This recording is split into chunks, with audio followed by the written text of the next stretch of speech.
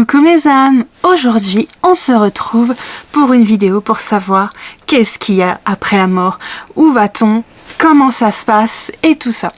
Alors avant vraiment de commencer la vidéo de après la mort, eh bien je vais vous mettre un petit attention parce que si jamais ce que je dis ne vous fait pas écho, ce n'est pas grave.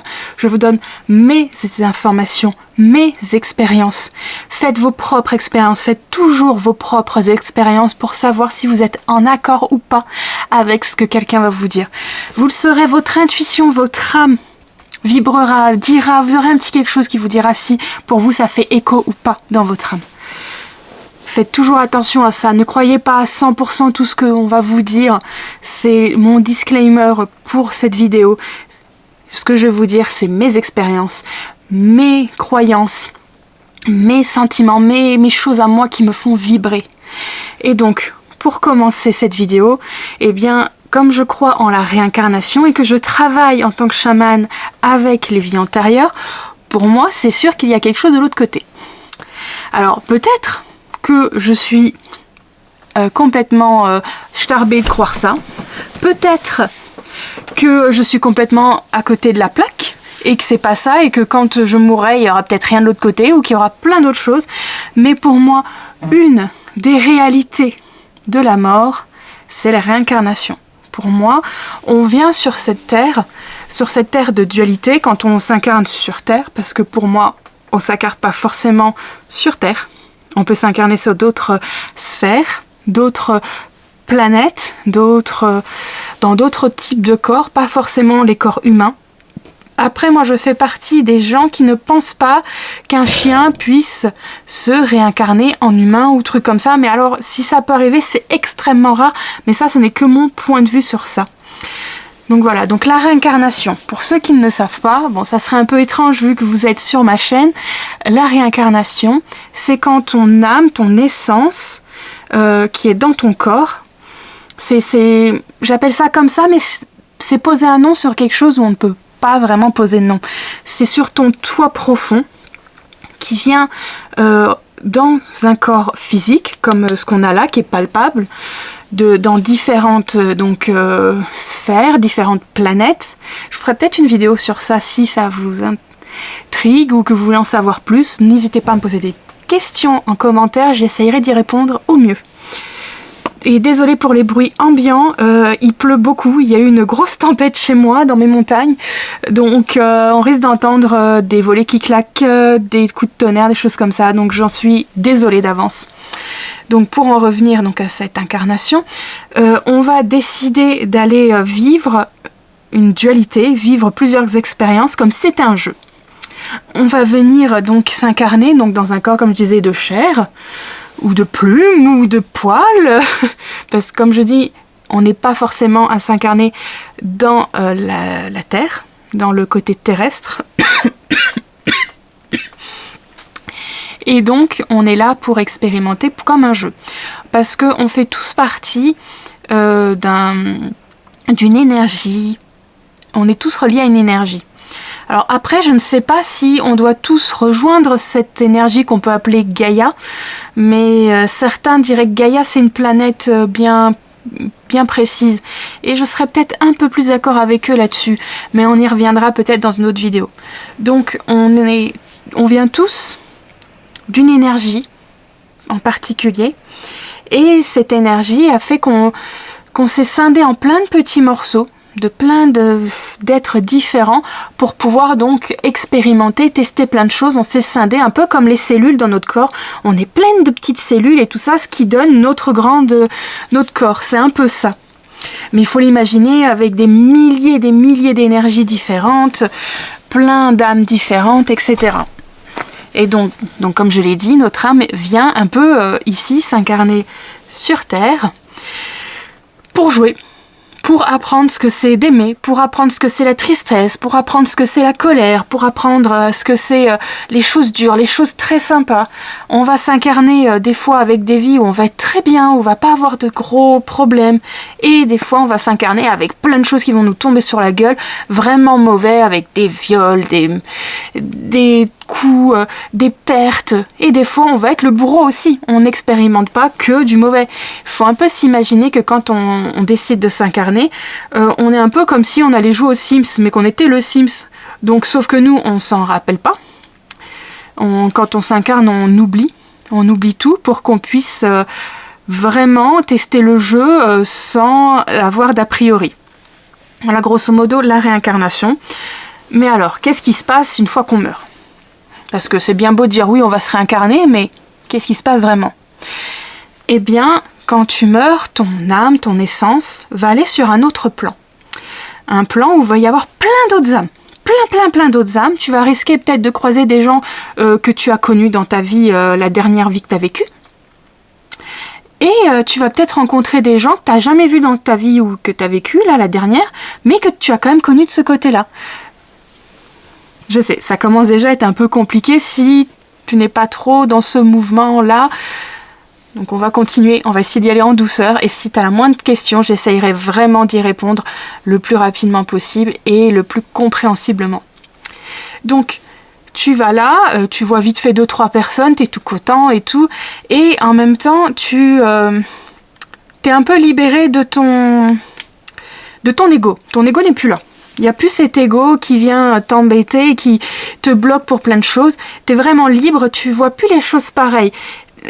Quand t'arrives, on va te faire une sorte de bilan. Une bilan de ta vie que tu as vécue, ta dernière vie. Et après que tu aies fait ce petit bilan-là, on va te remontrer, où tu vas chercher toi aussi des choses de tes vies encore d'avant, parce qu'on ne s'incarne pas qu'une seule fois. C'est pour dire maintenant, il y a très peu de nouvelles âmes, vraiment, de toutes neuves âmes qui viennent s'incarner pour la première fois. Il y en a, mais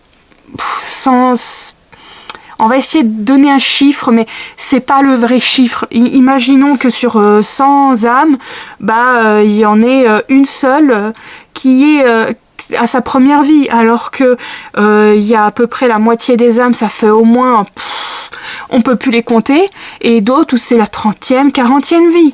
Donc voilà, grosso modo, pour vous donner à peu près une manière de poser ça. Alors, ensuite, quand on a fini de faire la petite liste de « Ouais, j'aurais pu faire ça mieux dans cette vie-là. Ah oui, j'ai fait un peu la même chose dans cette vie-là, mais ça aurait été bien que je le fasse différemment. Tiens, je vais le noter comme ça dans la prochaine incarnation. J'aimerais bien revoir ça, qu'on me remette ça dedans parce que je trouve que je l'ai pas assez bien travaillé. » Ou alors, ah tiens, ça j'ai suffisamment travaillé, je veux plus, donc hop, je barre, je veux plus revivre ça dans une prochaine incarnation. Et ensuite, une fois que tu as fait ça, que tu as regardé tes anciennes incarnations, ton incarnation, la toute dernière, tu vas pouvoir regarder tes futures réincarnations. Alors oui, là ça va être un peu plus compliqué à comprendre. Faites vos recherches, il y a des scientifiques qui l'ont même dit que le temps n'existe pas vraiment. Je ne vais pas rentrer là dans les détails, mais vous trouverez très facilement, et ce n'est pas une théorie de complot.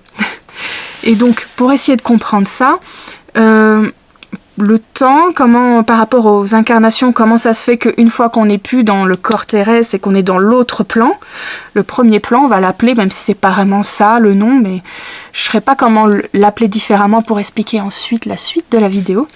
Donc, dans ce premier plan, j'ai un peu perdu le fil, je suis désolée, il y a tellement à dire et j'ai envie de vous dire ça vraiment bien pour que vous puissiez comprendre, mais c'est pas évident de poser des mots sur ce qu'on ressent et sur des expériences qui n'ont pas forcément de mots. Donc je parlais, laissez-moi une seconde, vous savez très bien parce que vous l'avez entendu, mais moi là je suis blonde, hein, ça se voit, c'est naturel cette blondeur, hein. Le reste, non, mais la blondeur, oui. Penche la tête, Ameline, penche la tête, ça va faire connexion avec les neurones et tu vas t'en rappeler. Minute blonde. Je parlais... Ah oui, du temps. Donc, faut s'imaginer que le temps, c'est un peu comme un bouquin. Est-ce que je vais avoir quelque chose devant moi? Bon, c'est pas vraiment... Bon. C'est comme un bouquin, le temps, ça superpose. Tu vas vivre tout ça en même temps. Mais c'est pas facile à comprendre comme ça. Imaginons que toi, là, dans ta dernière vie, t'étais là. Tu vis en même temps la vie d'avant, la vie d'encore avant, la vie future, tout est là. Alors si vous comprenez pas bien avec le coup des feuilles, on va, c'est Johanna Awakening qui l'explique tellement bien, mais je ne sais pas du tout retrouver sa vidéo. Elle explique ça avec la boule à facettes. Faut imaginer donc que le temps n'existe pas, qu'on fait plein de choses à la fois, que notre âme, elle peut faire plein de choses à la fois. C'est une énergie, l'âme, c'est quelque chose de vivant qui vit l'instant. Et donc, vous imaginez donc une boule de cristal. Bon, on va imaginer que dans ma main, il y a une boule de cristal. Vous êtes actuellement cette facette-là. Voilà. Mais en même temps, il y a tout plein d'autres facettes, et ça, c'est encore vous. Mais vous les vivez tout à la fois. Je ne sais pas si c'est compréhensible. Et ce qu'il faut savoir aussi, c'est que des fois, dans la vie, la dernière vie que vous avez vécue, si ça se trouve, vous avez vécu 3 vies en même temps, dans cette même époque. Parce que votre âme aura décidé d'expérimenter beaucoup plus de choses et elle se sera scindée encore. C'est un peu compliqué comme ça. Hein. Mais voilà, donc une fois que vous avez travaillé tout ça, que vous avez fait votre petite liste, soit vous allez décider de vous réincarner et alors... Au moment de l'incarnation, avant, vous allez dire j'aimerais bien qu'il m'arrive telle chose pas cool et telle chose pas cool. Et ça va être mis sur votre chemin dans la vie que vous allez avoir. Vous pourrez tenter de faire plein d'autres choses. Vous pourrez essayer parce que le libre arbitre est là. Bon, je dis libre arbitre parce que le mot ne va pas.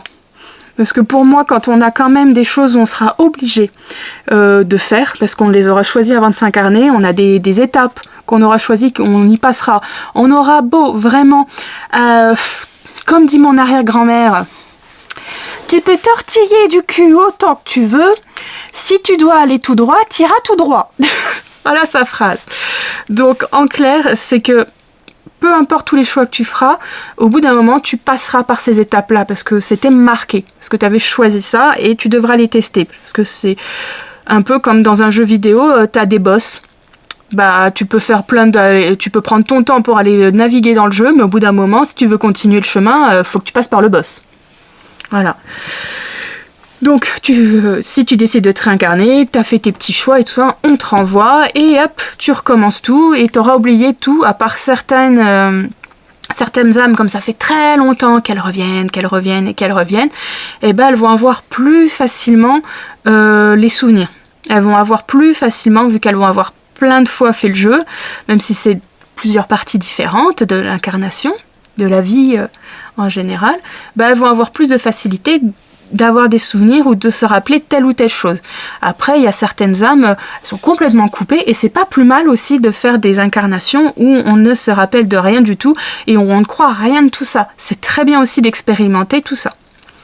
Donc ensuite, si jamais t'as pas décidé du tout de t'incarner, tu as plusieurs autres choix. Tu peux décider de rester sur cette sphère-là, cette première sphère, là où tu es venu pour faire ton petit bilan, mais là c'est plus pour faire ton bilan, mais c'est plutôt pour accueillir. Donc on va appeler ça les accueillants.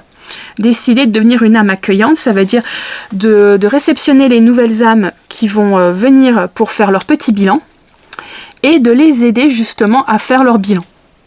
C'est chouette, hein, tu peux décider de faire ça pendant des siècles et des siècles si on doit mettre une temporalité et très bien décider qu'au bout d'un moment tu te réincarnes parce que tu as envie de jouer toi aussi.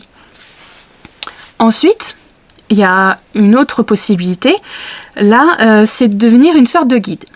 Tu changes, tu n'es plus sur la même sphère, tu n'es plus de l'autre côté, là, tu n'es plus là où tu réceptionnes, où tu es accueillant, ou quoi que ce soit là-dedans. Tu vas aller sur une sphère qui est différente, qui est plus dense, c'est pas tout à fait pareil. Je peux pas dire si elle est basse ou haute au niveau de la fréquence. Pour moi, c'est un peu kiff-kiff, mais c'est pas le même endroit. Tu vas dans un autre endroit avec une énergie qui est différente et là tu vas pouvoir chuchoter en tant que guide, un peu comme il y a différents types de guides, hein. Il y a les guides anges, les guides démons, les guides animaux, comme un peu les animaux totems et tout ça, les guides féeriques on va appeler ça, même s'ils aiment pas trop ce genre de nom. Après tu y crois ou tu y crois pas. Il y a tout un tas d'autres types de guides possibles. Voilà, et là, toi, tu vas être là pour aider la personne en lui envoyant de là où tu es, selon la personne que tu auras choisie. Mais la plupart du temps, on va plutôt t'assigner une type de personne avec qui on va dire il y aura plus de facilité, plus tu comprendras mieux pour pouvoir aider la personne à avancer dans son chemin, dans ce qu'elle a décidé d'incarner, dans sa nouvelle incarnation. Donc voilà, donc tu vas chuchoter, envoyer des petits signes, essayer de la guider comme tu peux. Et pour ceux qui sont éveillés, peut-être même pouvoir parler avec. Mais ça, c'est encore autre chose et je ne le conseille pas. Peut-être qu'un jour, je ferai une vidéo là-dessus. N'hésite pas à me dire si ça t'intéresse en commentaire. Et ensuite, il y a encore d'autres possibilités. Je vais t'en parler encore d'une. Je ne te parlerai pas des autres parce que ça commence à être compliqué. Je pense que pour une première vidéo sur le sujet, ça sera déjà beaucoup à assimiler si tu n'es pas au courant de tout ça. Et donc, la troisième possibilité, là, c'est encore, tu vas sur une autre sphère encore, donc un autre lieu énergétique, c'est plus le même lieu. Et là, par contre, tu le choisis sans le choisir. Disons que là, c'est comme si on va te faire un recrutement. Ça va être un certain nombre de dames qui vont être choisies parce qu'elles vont être conformes d'une certaine manière, qui vont penser d'une certaine manière, qui vont vouloir... C'est pas tout le monde qui va vouloir le faire, vraiment. Et c'est pas tout le monde qui va être sélectionné. Parce que là, je vais appeler ça les âmes prophètes, les âmes créatrices, on va dire. Ce sont donc un groupe d'âmes qui vont être là pour justement créer des scénarios. Donc on va plutôt appeler ça les scénaristes, ça sera beaucoup mieux. Des scénarios pour la planète qui vont devoir aider à ce que toutes les autres âmes puissent vivre leur expérience. C'est des scénarios du type catastrophe naturelle, des scénarios du type pandémie, des scénarios un peu farfelus avec des attaques d'extraterrestres, avec des guerres mondiales. Et tout ça, ce sont des groupes d'âmes qui... Et il n'y a pas que des âmes comme nous, là. Ça peut être des âmes d'autres espèces, on va dire, d'autres planètes, d'autres types. Ça peut être aussi des choses qui sont plus angéliques ou plus démoniaques. Ça part un petit peu en cacahuète pour certains, je suppose, quand je parle de tout ça. Mais comme je le dis encore une fois, ce sont mes ressentis, mes croyances, mes expériences qui me disent ça. Si vous n'y croyez pas, c'est pas grave. Allez sur d'autres vidéos. Donc pour en revenir à ça, donc une fois que tu es choisi dans ces sphères-là, eh bien tu vas pouvoir chuchoter au guide, ou plutôt dire au guide, bah il faudrait que tu mettes ce petit grain de sel-là pour qu'ensuite il se passe telle chose plus tard. Tiens, est-ce que tu peux dire, faire en sorte que l'âme que tu guides, elle puisse par exemple faire telle ou telle connerie pour que ça puisse engendrer un gros truc plus tard. C'est mis en place et ils ont créé plein de scénarios. Donc soit ils vont dire au guide faites comme si, essayez d'insuffler ça et ça, ou soit ils vont créer justement en n'étant pas palpables, ils vont aller sur la planète en question. Alors là c'est un peu flou pour moi parce qu'ils vont y aller mais sans être palpables et des fois même ils s'y rendent pas directement, ils vont avoir quelque chose, ils doivent avoir des énergies, ils savent modeler les énergies. Dans cette sphère-là, on sait modeler les énergies. Dans les sphères encore plus hautes, on sait les modeler encore plus. C'est plus pareil, on n'a pas les mêmes... C'est pas palpable vraiment, je sais pas comment vous expliquer ça, parce que là, ça va être compliqué à vous expliquer ça. Mais de là-haut, je veux dire là-haut, même si pour moi, il n'y a pas vraiment de là-haut, mais on va appeler ça comme ça, de l'autre côté, de là-haut, eh bien... Ils peuvent justement créer des choses sur la planète pour justement engendrer telle ou telle catastrophe ou autre, pour que ça puisse justement faire avancer pas mal de vies et pour aussi des fois aider à ce qu'un certain nombre de personnes meurent. Les catastrophes par exemple type tsunami ou les avions qui se crashent, déjà d'une si tu meurs, il faut savoir que c'est que tu as fini ta partie, que tu as fait tout ce que tu devais expérimenter dans ta partie. Vraiment tout, hein. Et ensuite, des fois, comme il y en a beaucoup qui ont décidé de mourir à peu près en même temps, et qui ont même choisi, il y a certaines âmes qui vont avoir choisi, en mourant, de mourir avec tel type de personnes, avec tel groupe de personnes des fois. Et c'est pour ça qu'on va créer ces événements qui vont, détruire la vie de plein de personnes. Voilà, grosso modo, là je suis partie un petit peu sur le premier cas, de nouveau. Donc voilà, pour cette pour ces petites possibilités de ce qu'il y a après la mort par rapport à la réincarnation.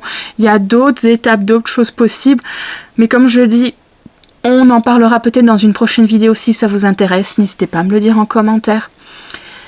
Je pense que j'ai fait globalement le tour de ce qu'il peut y avoir de l'autre côté. En tout cas pour les choses les plus faciles à comprendre quand on l'a pas vécu. Faut savoir quand même que on est vraiment là pour tester.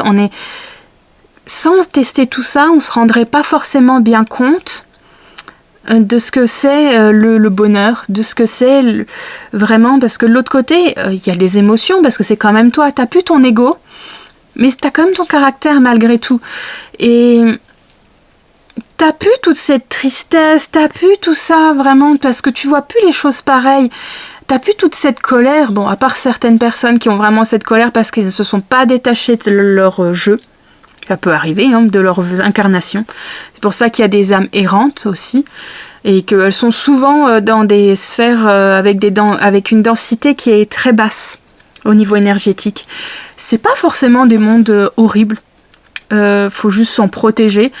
Il y a une chose aussi qu'il faut savoir, c'est que il faut pas se sentir faible par rapport aux êtres que vous allez rencontrer qui sont pas forcément des êtres comme nous humaines, que ça soit des êtres angéliques ou démoniaques, elles sont pas supérieures à nous, on est égaux, parce qu'on vient tous de ce même truc de départ, de cette même énergie de départ, et c'est juste qu'on n'a pas les mêmes rôles, c'est tout, mais on est pareil, après de base on est pareil, c'est juste qu'on fait pas les mêmes choses. Et donc, il n'y a aucun mal, il ne faut pas se sentir inférieur, il ne faut pas se sentir supérieur non plus. C'est pas parce que vous allez voir des êtres de la nature, des fées, des trucs comme ça, qu'il faut penser qu'elles sont complètement gueules et que vous êtes plus intelligent. C'est comme pour un animal, il est là, il fait partie du même plan que vous. Il vient aussi de la source, voilà, de cette énergie du tout début, de la source, il vient aussi de là. C'est juste qu'il ne fait pas le même taf, il n'a pas décidé de faire... Voilà, le même boulot, voilà, je viens de le dire, mais en gros, c'est ça. Donc, faut pas avoir peur tout de suite en voyant, si vous commencez à voir dans la réalité, dans cette incarnation-ci, si vous voyez des esprits, des choses comme ça, faut pas forcément avoir peur. Se méfier, oui. Se protéger, oui. Se protéger seulement de si on vient vous prendre votre énergie. Ne pas être agressif tout de suite parce qu'il y a d'autres âmes qui sont pas forcément très cool et qui pourraient démarrer au quart de tour. Ou rien que juste s'amuser à vous faire peur. Ça aussi. C'est des choses qui sont quand même importantes à prendre en compte. Et de l'autre côté, dans l'astral, on va appeler ça l'astral. Toutes les sphères que je vous ai parlé, on va appeler ça l'astral parce que c'est pas du palpable. Donc dans l'astral, on peut rencontrer des tonnes de choses différentes, des tonnes d'âmes différentes. Et donc de ce côté-là aussi, il faut pas se sentir inférieur ou supérieur. Vous êtes au même niveau qu'eux, c'est juste par le même boulot, c'est tout. Vous valez pas mieux et ils ne valent pas mieux que vous. Vous n'êtes pas inférieur à vous, je le répéterai jamais assez et c'est très important d'en tenir compte. Faut juste faire attention, c'est comme quand on est dans la vie actuelle, on peut pas faire confiance à tout le monde, donc ne faites pas confiance à toutes les âmes que vous rencontrez, que ça soit des âmes angéliques ou démoniaques. Et comme je le dirai jamais assez, les âmes démoniaques sont pas forcément les plus mauvaises et les âmes angéliques sont pas forcément les plus bonnes. C'est deux types d'âmes différentes et si vous voulez un jour on se parlera dans une vidéo de ce genre de sujet des anges et des démons un petit peu plus. On pourra même parler des différents types de familles d'âmes parce que il y a différents types de familles d'âmes pour les âmes comme nous. Et on pourra même parler des différents types de familles d'âmes chez les animaux. Et dans d'autres sphères, un petit peu si vous êtes du genre à aimer ce qui est un petit peu extraterrestre, on pourra aussi parler d'eux. On pourra parler aussi des anciennes civilisations, etc., etc. À vous de me dire ce qui vous plairait bien dans une prochaine vidéo de ce type. Merci beaucoup d'avoir regardé cette vidéo, mes âmes, et si ça vous a plu, n'hésitez pas à me le dire en commentaire, et n'hésitez surtout pas à me demander d'autres vidéos de ce type. Au revoir à vous!